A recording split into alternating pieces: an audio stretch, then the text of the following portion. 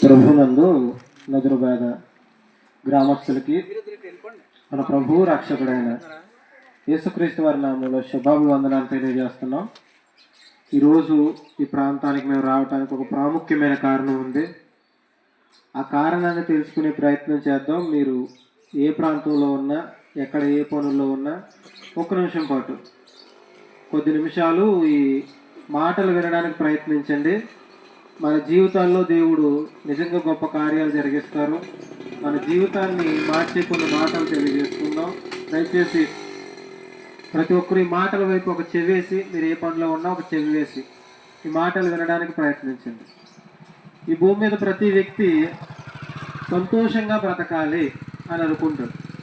ఏ వ్యక్తి బాధల్లో మునిగిపోవాలని, ఇబ్బందుల్లో కూరుకుపోవాలని ఏ వ్యక్తి అనుకోడు. కానీ సంతోషంగా బ్రతకాలి, నా జీవితాన్ని ఒక సంతోషకరమైన బాటలో పెట్టుకోవాలని ప్రతి మనిషి అనుకుంటాడు. ఎప్పుడైతే ఈ మనిషి సంతోషంగా ఉండడానికి ప్రయత్నిస్తాడో, సంతోషాన్ని వెతుకుతాడు, అనేక ప్రయత్నాలు చేస్తాడు సంతోషం కోసం. అనేక ప్రయత్నాలు చేస్తూ సంతోషాన్ని వెతుక్కుంటాడు. ఒక చక్కని మార్గంలో కుటుంబాన్ని పెట్టాలనుకుంటాడు. ఈ పెట్టాలనుకునే ప్రయత్నంలో ఎప్పుడైతే ఈ ప్రయత్నాన్ని చేస్తున్నాడో, సంతోషాన్ని వెతికే ప్రయత్నం చేస్తున్నాడో, మనిషికి భూమి మీద సంతోషం ఎంత మాత్రం దొరకదు. సుఖంగా కొన్ని రోజులు కష్టపడతాడు, డబ్బులు సంపాదించుకుంటాడు. సంపాదించుకున్న తర్వాత పర్వాలేదు, నా కుటుంబం సెటిల్ అయిపోయింది, ఒక గాడిలో పడింది, చక్కగా ముందుకు రన్ అవుతుందన్న పరిస్థితుల్లో సడన్గా ఏదో ఒక రోగమో ఏదో ఇబ్బందో వచ్చి హాస్పిటల్ పాలవుతుంది. ఈ లోకంలో మనం ఎంత సంతోషాన్ని వెతికినప్పటికీ అది దొరకదు. మనం ఎంత ప్రయత్నాలు చేసినా, ఎన్ని ప్రయత్నాలు చేసినా సంతోషంగా ఈ లోకంలో బ్రతకాలంటే అది కాని పని. శాశ్వతమైన సంతోషం ఈ భూమి మీద దొరకదు. కొద్ది రోజులు సంతోషంగా ఉండొచ్చు, తర్వాత మరలా బాధలు వస్తాయి. కొద్ది రోజులు సంతోషంగా బ్రతికి మన జీవితాన్ని ఒక ఆనందకరమైన పరిస్థితిలో తీసుకువెళ్ళొచ్చు, మరలా కష్టాలు వస్తాయి. శాశ్వతమైన సంతోషం ఈ భూమి మీద ఉండదు. కానీ ఒక శాశ్వతమైన సంతోషాన్ని ఇవ్వటానికి ఆ దేవాతి దేవుడు పరలోకాన్ని విడిచిపెట్టి లోకానికి వచ్చేసాడు. ఈ భూమి మీద మనం ఎంత వెతికినా, మనుషులు ఎంత వెతికినా ఈ సంతోషం అనేది ఏ వ్యక్తికి దొరకదా అంటే దొరకదు. ఎన్ని ప్రయత్నాలు చేసినా సంతోషం దొరకదు. సాధారణంగా మనుషులు సంతోషాన్ని వెతుక్కుంటారు. తాగితే సంతోషం అనుకుంటారు, తాగింది దిగిన వెంటనే ఆ సంతోషం పోతుంది. తింటే సంతోషం అనుకుంటారు, తిన్నంతసేపు సంతోషం ఉంటుంది. ఆ తిన్నది అరిగిన తర్వాత సంతోషం ఉండదు. ఒక సిగరెట్ కాల్స్తే సంతోషం అనుకుంటారు, ఆ సిగరెట్ అయిపోయేంత వరకు సంతోషం ఉంటుంది. ఆ సిగరెట్ అయిపోయిన తర్వాత సంతోషం మాయమైపోయింది. ఈ లోకంలో ఏ సంతోషమైనా అది కొద్ది సమయం మాత్రమే, కొద్ది కాలం మాత్రమే ఉంటుంది. ఆ యేసుక్రీస్తు వారు, ఆ దేవాతి దేవుడు, మనందరి రక్షకుడైన ఆ దేవాతి దేవుడు ఈ లోకానికి వచ్చి ఈ చిన్ని సంతోషాల కోసం తాపత్రయపడుతున్న మనకి ఒక శాశ్వతమైన సంతోషాన్ని ఇవ్వాలనుకుంటున్నాడు. ప్రతి మనిషి సంతోషంగా బ్రతకాలని అనుకుంటాడు, ఎప్పుడు ఆనందంగానే ఉండాలని అనుకుంటాడు. ఆ ఆనందాన్ని వెతికే క్రమంలో సరైన ప్లేస్లో వెతకట్లేదు. ఆ సరైన ప్లేస్లో వెతికితే, సరైన స్థలంలో వెతికితే ఆ నిత్యమైన సంతోషం ఖచ్చితంగా దొరుకుతుంది.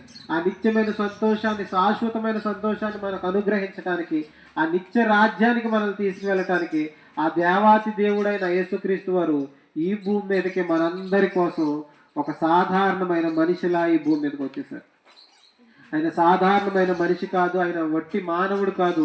ఆ దేవాది దేవుడే శరీరాన్ని ధరించుకుని ఈ లోకానికి వచ్చి మన కష్టాలని, మన బాధల్ని, మన శిక్షని ఆయన మీద వేసుకుని ఒక శాశ్వతమైన సంతోషాన్ని మనకి ఇవ్వటానికి, ఒక శాశ్వతమైన ఆనందాన్ని మనకి ఇవ్వటానికి, ఒక శాశ్వతమైన రాజ్యానికి, ఒక నిత్య రాజ్యానికి మనల్ని తీసుకువెళ్ళటానికి ఈ భూమి మీదకి వచ్చి సిలువలో మరణించి మన కోసం ఆ సిలువలో విలగల్లాడిపోయి మరణించి 3వ దినాన్న తిరిగి లేచారు.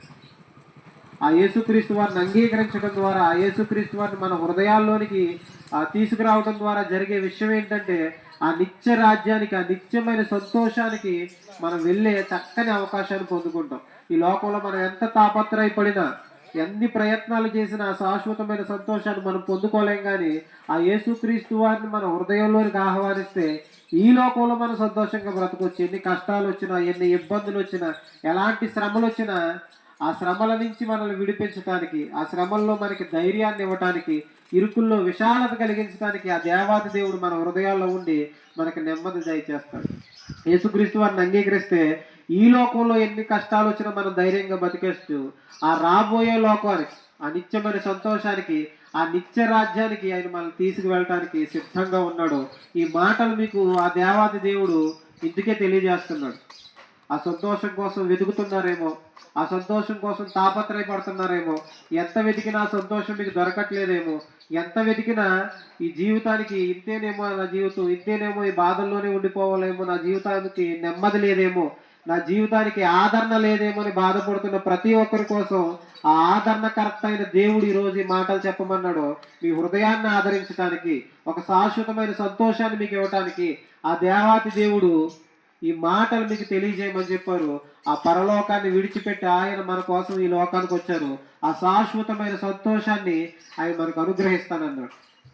ఇప్పుడు ఎవరైతే ఆ దుఃఖాలతో, బాధలతో, ఇబ్బందులతో ఉన్నారో ఈ దుఃఖాలన్నీ తొలగించి ఒక శాశ్వతమైన సంతోషాన్ని, శాశ్వతమైన ఆనందాన్ని, ఆ నిత్యరాజ్యాన్ని ఆయన అనుగ్రహించడానికి సిద్ధంగా ఉన్నాడో ఆయన్ని ఎప్పుడైతే మన హృదయాల్లోనికి ఆహ్వానిస్తామో ఖచ్చితంగా మన హృదయానికి నెమ్మది కలుగుతుంది.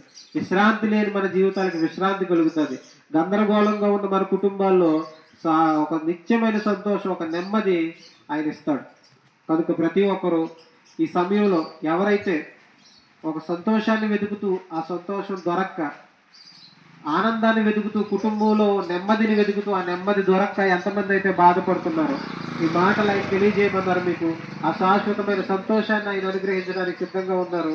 ఎప్పుడైతే మన హృదయంలోనికి ఆయన ఆహ్వానిస్తామో ఖచ్చితంగా ఒక శాశ్వతమైన సంతోషాన్ని, నిత్యమైన ఆనందాన్ని ఇస్తారు. ఈ భూమి మీద ఎన్ని కష్టాలు వచ్చినా, ఎన్ని ఇబ్బందులు వచ్చినా, ఎలాంటి పరిస్థితులు వచ్చినా ఆయన యందు సంతోషంగానే ఉంటాం.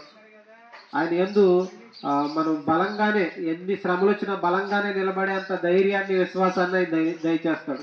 ఈ లోకంలో మనకు కష్టం వచ్చినప్పుడు, బాధ వచ్చినప్పుడు ఎవరికి చెప్పుకోవాలో తెలియదు.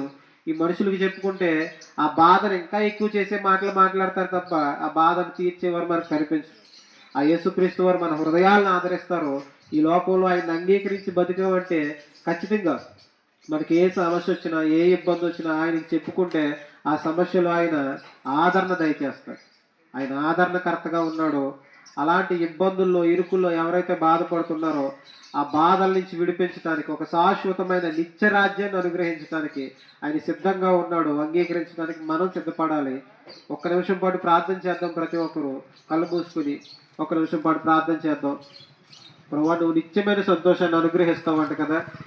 నిన్ను అంగీకరిస్తే ఈ లోకంలో ఎన్ని బాధలున్నా సంతోషంగా బతికేచ్చంట కదా. ఎన్ని బాధలున్నా నెమ్మదిగా బతికేచ్చంట కదా. ఇరుకుల్లో మీరు విశాలతను కలిగిస్తారట. ఈరోజు నేను ఇరుకుల్లోనే ఉన్నాను, ఈరోజు నేను ఇబ్బందుల్లోనే ఉన్నాను, ఆ ఇరుకుల్లో నాకు విశాలత కలిగించండి. నా కోసం పరలోకాన్ని విడిచిపెట్టి నాకు నెమ్మదిని ఇవ్వటానికి, నాకు ఆ నిత్యరాజ్యాన్ని ఇవ్వటానికి లోకానికి వచ్చామంట కదా ప్రభువా. ఆ నెమ్మదిని నాకు దయచేయండి, ఆ నిత్యమైన సంతోషాన్ని నాకు దయచేయండి, ఆ నిత్య రాజ్యానికి వెళ్ళాలని నేను ఆశపడుతున్నాను అని ఎంతమంది అయితే ప్రార్థన చేస్తారో ఆయన నిత్యమైన సంతోషాన్ని మనందరికి అనుగ్రహిస్తారో కళ్ళు మూసుకొని ప్రార్థన చేద్దాం. ప్రార్థనలో ఏకీవించండి. పరలోకమందున మా తండ్రి, దయ కలిగిన మా దేవ, ఈ అతి పవిత్రమైన ప్రశస్తమైన నామానికి వేలాది వందనాలు తండ్రి. తండ్రి దేవ ప్రభా, ఎంతమంది అయితే తండ్రి మాటలు విన్నారో ప్రభా, వారి హృదయాల్లో తండ్రి మాటలు ఫలింపు చేయండి తండ్రి. ఎవరైతే తండ్రి ఇరుకుల్లో, ఇబ్బందుల్లో, ఈ లోకంలో సంతోషాన్ని వెతుకుతున్నారో ప్రభా తండ్రి, ఈ లోకంలో ఎంత మాత్రం సంతోషం ఉండదని, నీ పాదాల దగ్గర నీ సన్నిధిలోనే సంతోషం ఉంటుందని తండ్రి తెలుసుకునే తండ్రి కృపను దయచేయండి. మిమ్మల్ని అంగీకరిస్తే ఎలాంటి ఇబ్బందులు ఈ లోకంలో వచ్చిన ప్రభావ మా హృదయాలకు మీరు ఆదరణ దయచేస్తారని, మా హృదయాలకు మీరు ధైర్యాన్ని దయచేస్తారని తండ్రి కొన్ని మాటలు తండ్రి మీ ప్రేరేపణ బట్టి చెప్పడం జరిగింది ప్రభావ.